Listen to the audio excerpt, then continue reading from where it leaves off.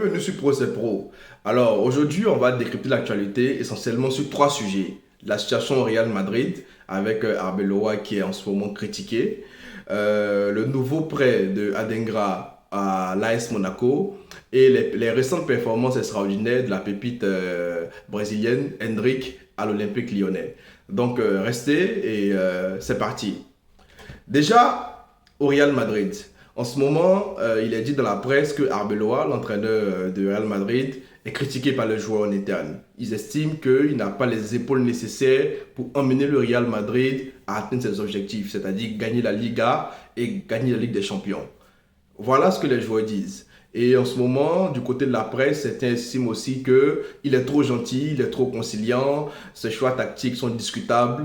Bref, il ne fait pas le poids. Voilà un peu ce qui se passe en ce moment au Real Madrid. Je tiens à souligner que Arbeloa, il vient en remplacement de Xabi Alonso, qui a été viré seulement au bout de 6 mois.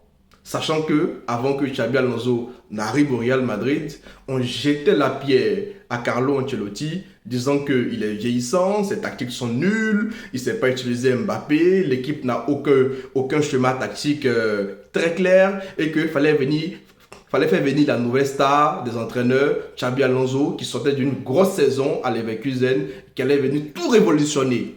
Voilà ce que nous avons dit. Le Xabi Ball, qui allait tout révolutionner, qui allait venir avoir les meilleures idées, qui venaient pour 5 ans. Bref, le mec, il est parti au bout de 6 mois. 6 mois. Il a été remplacé par Arbeloa, qui seulement au bout de un mois je crois, un mois et demi, est déjà critiqué. Moi, je pense qu'il faut arrêter de se voler la face avec le Real Madrid. Ok? Moi, je suis supporter du Real Madrid depuis maintenant une belle décennie. Et je peux dire avec beaucoup d'assurance que le problème du Real Madrid aujourd'hui, ce n'est pas un problème d'entraîneur. Tu mets Guardiola aujourd'hui à la place d'Abeloa, il ne fera pas mieux. Tu mets Mourinho, d'ailleurs on parle de Mourinho pour venir prendre le nouveau poste à la fin de la saison, il ne fera pas mieux. Tu emmènes tu emmènes je ne sais pas qui, il ne fera pas mieux. Parce que le problème du Real Madrid ne se situe pas au niveau des entraîneurs, mais au niveau de la structure de l'équipe.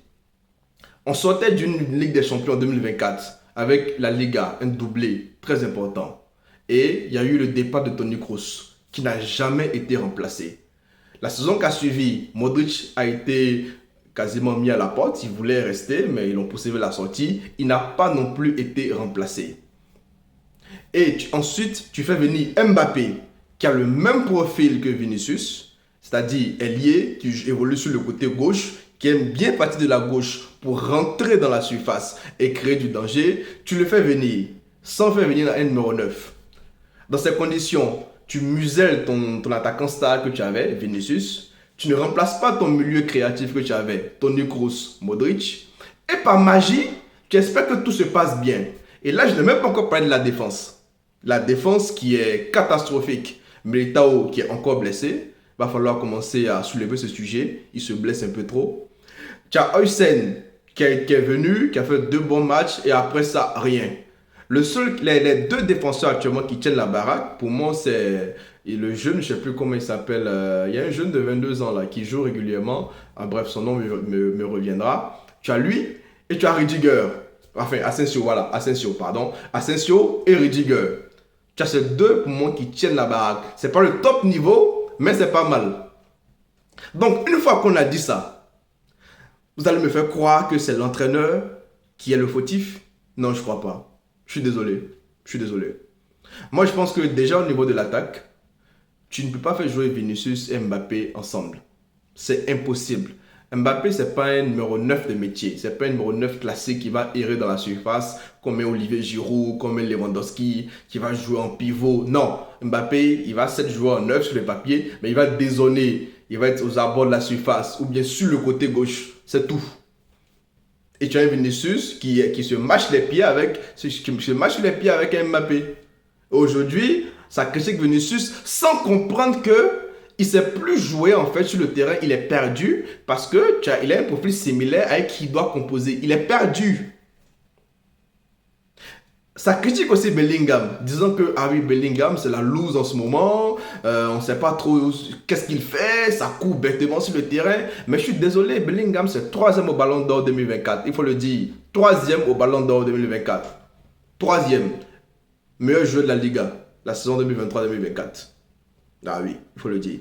Il faut le dire. On ne le dit pas assez, il faut le dire. Meilleur joueur de la Liga, la saison 2023-2024. Troisième au Ballon d'Or. Finaliste de l'Euro 2024 avec l'Angleterre. Ah oui, avec des buts clutch. Classico aller, classico retour, il te marque. Des buts clutch. Faut le dire. Et là, soudainement, vous faites venir un joueur qui s'appelle Mbappé, qui démonte énormément de ballons, qui déstructure l'équipe.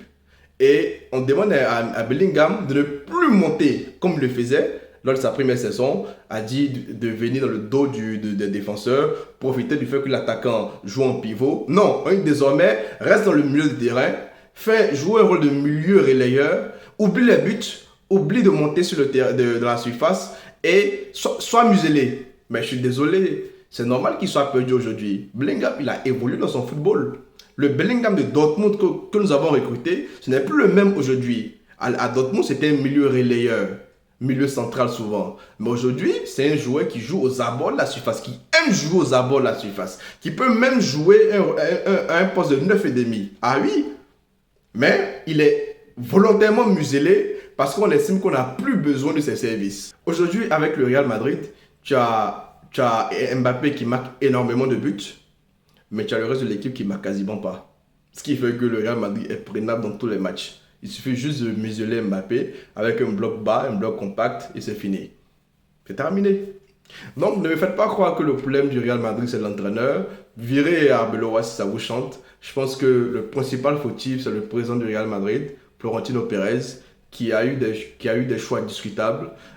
Déjà en recrutant Mbappé, j'estimais que ce n'était pas nécessaire. Mais si tu le fais, tu vas au bout que tu le fais, eh bien pour moi tu fais partie Vinicius. Parce que les deux ne peuvent pas coïncider ensemble. Ça fait 1 an et demi, on voit ce que ça donne, ils ne peuvent pas. Et même Rodrigo, mais certes n'était pas très constant, mais qui faisait ce qu'il avait à faire, aujourd'hui est perdu. Pour moi, il faut les vendre. Fais venir l'attaquant de métier, de pointe, un neuf, et qui va composer. Et pour moi, le milieu de terrain, il est à refaire. Ah oui, il est à refaire parce que on n'a aucun créateur, aucune créativité dans le milieu de terrain. Il faut tout refaire. Bref, on en reparle dans les prochaines vidéos pour ne pas être trop long. La deuxième news, c'est Adingra qui rejoint le championnat français à l'AS Monaco dans le cadre d'un prêt. Moi, je suis content pour Adingra qui va voir autre chose, un autre environnement en dehors du championnat anglais. C'est l'occasion pour lui de se relancer parce que en près de 1 an et demi, 18 mois, c'est son troisième club. Brighton, Sunderland et maintenant Monaco. Attention à ne pas tomber dans un cycle vicieux où on change de beaucoup de clubs sans savoir vraiment, sans être régulier. Très souvent, c'est le symbole que le joueur est en perte de vitesse et qui ne sait pas vraiment en ce moment où il en est au niveau de sa carrière. Attention, c'est le troisième club en 18 mois. Attention à ne pas tomber dans un cercle vicieux. Donc, je souhaite beaucoup de chance à Adingra. Monaco n'est pas dans sa grande forme en ce moment. Ils sont 10e du championnat français. C'est pas forcément top. Monaco qui est habitué à être dans le top 5 minimum.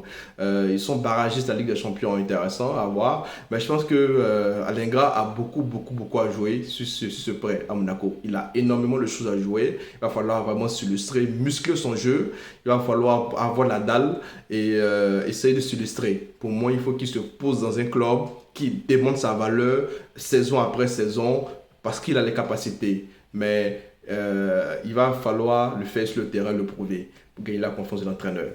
On va finir par Hendrick qui a rejoint l'OL depuis le mois de janvier et qui pour moi est sur les nuages en ce moment. Hendrick, il a joué 5 matchs avec l'Olympique Lyon, il a marqué 5 buts, clair et net, avec des buts clutch. D'ailleurs, hier, avec l'Olympique Lyon, lors de la Coupe de France, en quart de finale contre Laval, je crois, il a marqué le but décisif à la 89e minute, je crois. Ouais, à la 89e minute. Et vraiment intéressant ce jeune joueur. Il montre qu'il a la dalle, il montre qu'il a faim, il montre qu'il vend des coudes. Il montre qu'il est prêt pour la Coupe du Monde. Il compte sur Carlo Ancelotti pour l'appeler. Et ça, j'aime ça. Je trouve que c'est bien pour lui. C'est bien pour l'OL qui avait besoin de cette fraîcheur-là, d'un jeune qui a faim, qui veut prouver. C'est bien pour le championnat français d'avoir en fait une pépite comme ça qui met la lumière sur le championnat, sur l'équipe de Lyon en dehors du PSG. C'est très bien. Et ça prouve encore une fois que le Real Madrid a fait des choix discutables. Parce que ce joueur-là, au Real Madrid, ne jouait jamais. On me dira, oui, tu as Mbappé, tu as Vinicius, tu as Gonzalo Garcia, mais je suis désolé. Je suis désolé. Tu as la Coupe du Roi, tu as la Super Coupe, tu as énormément de compétitions que Hendrik pouvait jouer. Et même dans les bouts de match, et même les matchs avant les grands rendez-vous, il peut jouer pour permettre aux cadres de se reposer. Mais jamais le cas, jamais, jamais. Il n'a jamais vraiment eu sa chance, ni avec Carlo Ancelotti, pourtant il a monté des fulgurances, ni avec Xabi Alonso, et finalement il a fait le choix de partir dans le cas d'un prêt. Pour moi, c'est une très bonne chose pour lui, parce qu'il montre de quoi il est capable, il montre que c'est un grand joueur, il a un très grand potentiel, et il est décisif. Il est discipliné, il aime le jeu, il aime le foot. Et vraiment intéressant pour lui. J'ai hâte de voir comment son retour va se passer au Real Madrid. Est-ce qu'on va lui permettre d'être un titulaire en puissance dans les matchs à faible enjeu ou on va encore le remettre sur le banc? Pour moi, si on le remet sur le banc, c'est un signal fort parce qu'il va demander la porte, ça c'est clair. Donc voilà, on va à suivre de près, en vue aussi de la Coupe du Monde 2026 qui arrive avec le Brésil. Vraiment top joueur, je suis vraiment content pour le jeune homme. Merci d'avoir suivi Pro c'est Pro. À la prochaine pour d'autres décryptages importants. Et puis n'hésitez pas à me dire ce que vous en pensez en commentaire sur la situation au Real Madrid, sur la pépite Adengra et sur les performances de Hendrik. Merci, au revoir.